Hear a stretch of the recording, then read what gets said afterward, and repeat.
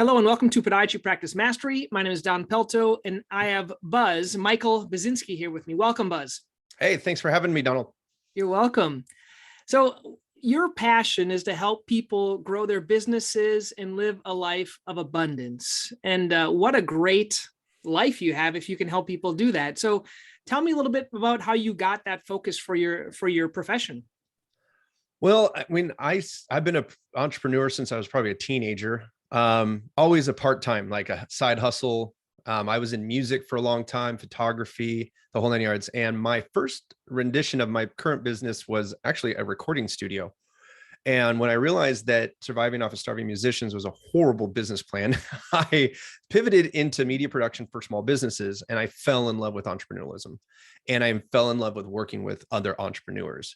And I realized something that Zig Ziglar says: when you help enough people get what they want, you'll get everything that you need. Mm-hmm. And I hope I said that one right. And I was like, that is a great mission. Like, if I help other entrepreneurs get all of their entrepreneurial dreams, I'll get anything and everything I want in life. And that has served me now for 17 years really well.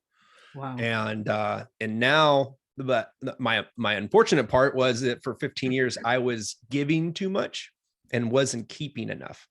So a few years ago, I realigned my values and what I pay myself as far as time, money, peace of mind. There's a bunch of stuff that I just reprioritized my business.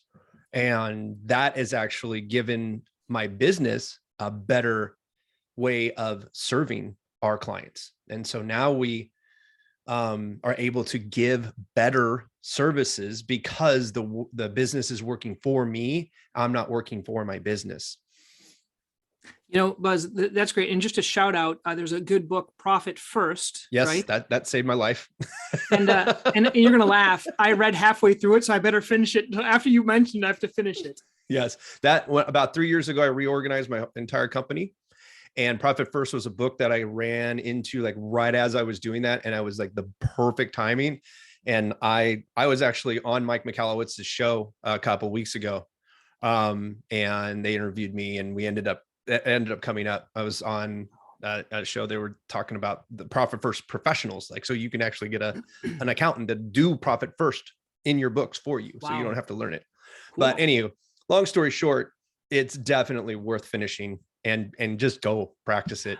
I'll put it in the show notes for those that are listening here. Now, I like this. I asked you some questions before. What's the biggest mistake private practitioners make when it comes to website marketing? So I know we hate wasting money and making mistakes. So what's the biggest one that they're making? My practitioners are usually, the biggest mistake they make in website marketing is talking about themselves. Just let that sink in for a second. Every doctor you've ever, I don't care what your practice is, for the longest time, you will, and most of them you'll go to right now, probably can look at your own and go, oh yeah, I'm a doctor. I do this practice. This is why I'm awesome. This is why you should get a hold of me, ... right? Instead of talking about their pain, the visitor's pain, right?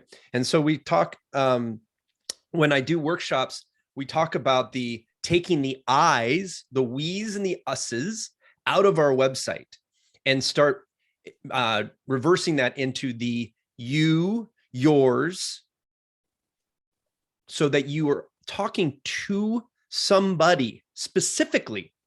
So podiatrists are great because you have something very specific that you have a specialty, and specialties are awesome because you can talk specifically about specific problems, right?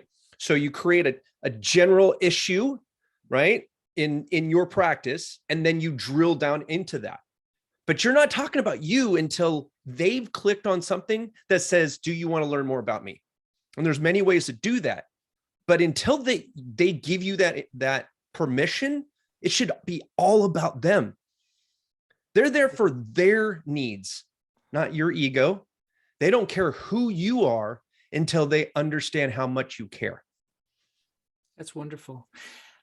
Some people use this, is this a similar word that they use, like avatar? Is that the thing you're talking about? You can do it. So avatar is an overused buzzword out there. an industry word.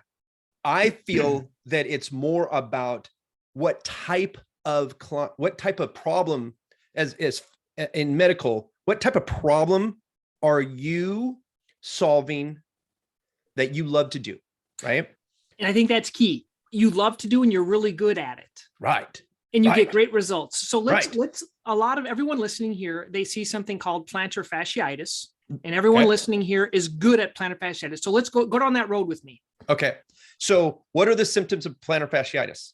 Pain when you get up in the morning, Right. then it gets a little bit better. Right. Hurts at the end of the day. They're limping around, things like that. Right. And they're so healed. Right at the top, right, you got somebody who's getting out of bed and, that looks like they're just about to put weight on their feet, and you can see their pain, right? And then it says, does it hurt to get out of bed? And then maybe it slides over. Does it hurt to stand in your kitchen? Does it hurt to walk across the room? Does it ... And you can do that in like multiple ways. Like the design of it is to you and to your liking, right? But the whole point is that you have to identify where their pain is. I don't care who they are, right? Because most people who are going and looking for solutions for plantar fasciitis have some way of paying for it, whether that be insurance or cash, right? Because otherwise they're going to look for maybe some do-it-yourself home remedies. But if you are not making your website about home remedies, you're not going to come up in their searches. So who cares? So what I tell people is that when you talk to your favorite type of client, okay, you can say avatar. I don't like avatar due to the fact that you're talking about, well, they're female and they're this and they're that. But if you don't have that issue, right? I work with service-centric businesses, right? So when I talk about medical, like, I don't care what kind of medicine that you're practicing. You all have the same problems when it comes to marketing, right? And you have a lot of the same restrictions when it comes to marketing, right?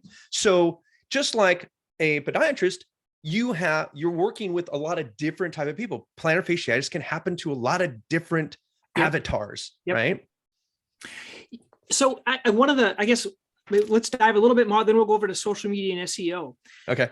When you have, let's say we have multiple conditions. So I treat maybe 20 conditions. That kind of overwhelms me, and I'm really good at these 20. Which ones do you show on your site? Do you show all 20? Do you put them all on one page? What do you do? Do you have a hub? What did we say? The one that you love to do. Okay. I had an orthopedic surgeon. Okay. He had a very cool, like, he was one of the few that did it in his state and in the country at the time, knee surgeries. And it was a $20,000 or $40,000 surgery. Okay. And he was awesome at it. And it was his highest revenue driven issue that he took care of. Right.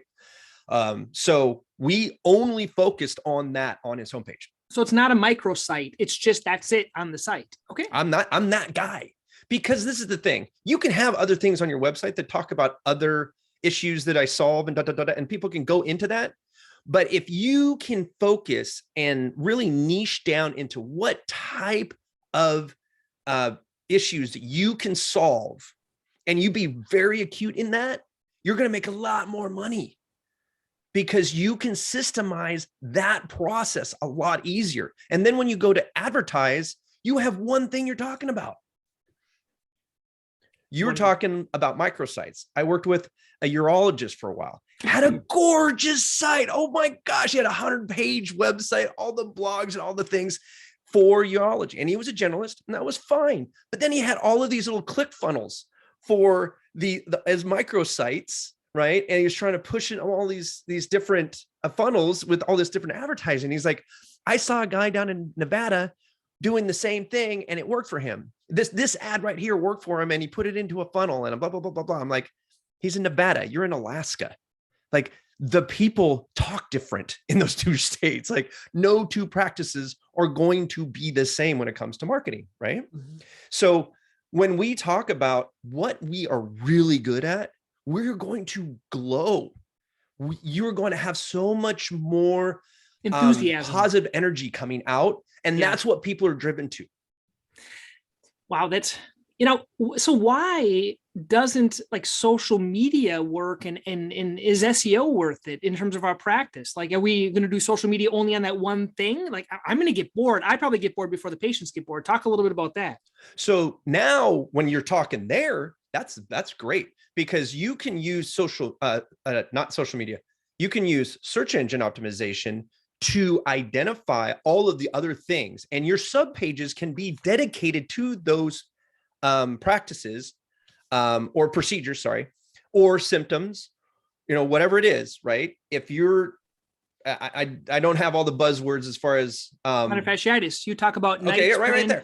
You talk about have foam right. rolling, trigger point tools, Graston technique, physical therapy, orthotics, all these other things. Right. So what you want to do is first make a concerted effort to find out what keywords people are using to find solutions to those problems. How do I cure? Because I don't know how to spell plantar fasciitis, right? But if you Google it, it'll show up all the other words that come with it, right in Google. Maybe. Or am I going to say severe foot pain, cures for, you want your website to talk like your patients talk, because the way that they search is the way that they talk. Love it. And that's the second issue with medical sites, is they get into the weeds of all the medical talk. And it's like, nobody's saying the medical talk except other doctors. And so unless you are looking for all the referrals, that's all you're looking to do is I just work off of the referrals of. So say you're a physical therapist, and that's how you're getting your business, is because you have to get orthopedic surgeons to give you your referrals, then maybe that's what you load your website with, because that's you're trying to track them. But if you're trying to track the normal Joe who doesn't know what plantar fasciitis even is, what are they using? So you have to do that keyword research and then use those to optimize your website. And these will all go in our search. That's how we use search engine optimization better. Much better. And that allows you to be a specialist on the front and a generalist in the back. So go into that a little bit more. My front page is on plantar fasciitis. My back pages are ingrown toenails, nail fungus, all these other things. So I'm doing SEO for those other things as well, and they're going to show up organically. So they'll land on those pages. The biggest thing you want to make sure that happens when they come from a search engine is that they land on a page specific to the search term that they use to get there. You do not want everybody landing on your homepage. Your homepage is there for people who are responding to advertisement. They are searching for your name. So they maybe got referred to you. Maybe they saw you on social media and they're doing some research, those types of things, right? So that's a branded search. But most people don't know who to go to. Otherwise, they just call you, right? So that is an unbranded search. So that would be specific to hangnails. How do I cure a hangnail? Can a hangnail get infected? How do I treat a hangnail? And these are all going to be blogs. These are going to be pages. They can be pages. So for me, it depends on how profitable each of the terms are. And can we load a service page with enough keywords to make it profitable for that page to be in your subset of pages, like your services, we'll just call it that for now, and have that be where they land. And in that page, that you'll have call to actions. Right? That's awesome. That's awesome. Wow. And so they become microsites in your big website. I like that. I like that. So if you went to my website, you would see an I need banner. So I talk directly to the person's visiting, but I talk as if they're talking to themselves. Yeah. Right. First person, right? So it says I need, and then it says help with websites, help with social media, help with this, help with that, da, da, da. When you click in there, there's three ways to get around anything. Do it yourself, done with you, and done for you. Each of them have a little bit of, once you're in there, now I'm talking about the services, because you have already identified what you need. Now I'm going to show you the solutions to that. Mine's nice. Very direct, not a lot of words there. So I rely on a lot of blogs. So then from there, I can have little ads and excerpts and links from keywords to those same pages. Nice. I like that. I like that. And how does social media fit into this? Is this even needed in doctors' practices? Facebook, everyone talks about Facebook, Twitter, what's the other one? Instagram. I don't have any of those. TikTok. TikTok. Yes, have your foot doctor talk about TikTok. No, so I have my methodology is to use social media as a conversion tool. So when 68% of all of your patients are going to come from Google. Just the way it is. Okay. That's where they're going to start their journey. They're going to land on you at some point, but at some point they're going to search for either you or their symptoms on Google. Okay. Mm-hmm. Once they've landed on your page, if that's where they came from, they're going to go out to your social media to see who you are, because we do business with people we like and trust. And that's where social media comes in. We build authority, likability, and trustability through our social media feeds. Do you need to be on all 5,000 social media platforms? Absolutely not. Be on the one where you feel your particular patient list hangs out the most. And then just put a link on your website. So it's very easy for them to find it and click on it, because most of us have multiple channels of social media. Okay. Perfect. Right. But you also can use social proofing from testimonials and reviews and those types of things on your website as well. So it's not necessary all the time, but it is something that we feel is enough. There's enough importance of it that we include it in the ecosystem, but we just don't put as much effort into it because you don't need it for that type of service. Very good. Wow. That's good. Now, I want to make sure we cover this because this might take a while here. What's this rule of 26 thing? That's a book you wrote, but let's talk about that a little bit. So the rule of 26 is something that I created to help practitioners really, and really service-centric businesses, but practitioners are notorious for being great practitioners and horrible business people. Okay. Just you went into practice to practice medicine, not practice business, right? Correct. And even further than that, most entrepreneurs went into business for whatever service that they are providing, not to learn marketing. Mm-hmm. But we can't grow our companies, we can't grow our practices if we don't have websites that are bringing people in. You do not have a scalable business, and that's what a practice is, unless your website is making you money. And so I would run into physicians of all walks of life who would sit there, I get all of mine from this referral over here, and we got this over here, word of mouth, and all the things, right? And I'm like, okay, that's great. So you think everybody's thinking about you every time they need your services? Yeah. Well, that's pretty arrogant, isn't it? A little bit, huh? I walk around and I just think, man, can't wait till I find somebody who's got a foot problem so I can give Don a call and tell him I got him a referral, right? Like nobody's doing that. Okay. It's like I've run into it to where your family members go, yeah, I went and got that XYZ done. And I'm like, I do that. Your family members don't even think about you. They don't know what you do. Yeah, maybe. Yeah, they don't, right? Mm-hmm. So why do we think that everybody else is walking around waiting to give you a referral? Waiting, and that you're the first thing they're going to think of when your issue comes up, right? So the rule of 26 basically simplifies the website strategy down to 3 steps. Good. That's much better than 26. I was getting scared because we don't have time for 26 for them. So if you increase your unique traffic by 26%, your conversion rate by 26%, and the average revenue per client by 26%, you'll get a compounded output of 100% more revenue coming from your website. Wow. So if I come to you and I say, listen, we're going to do some digital marketing. These are the 3 things that are going to move your revenue needle. And each one of these is going to create more money for you as you go. So we don't have to wait till the end to see the returns. Perfect. So I was looking to boil 37 KPIs. That's where HubSpot says are the key performance indicators, right? The main ones. I'm like, I don't even look at 37 KPIs. Okay.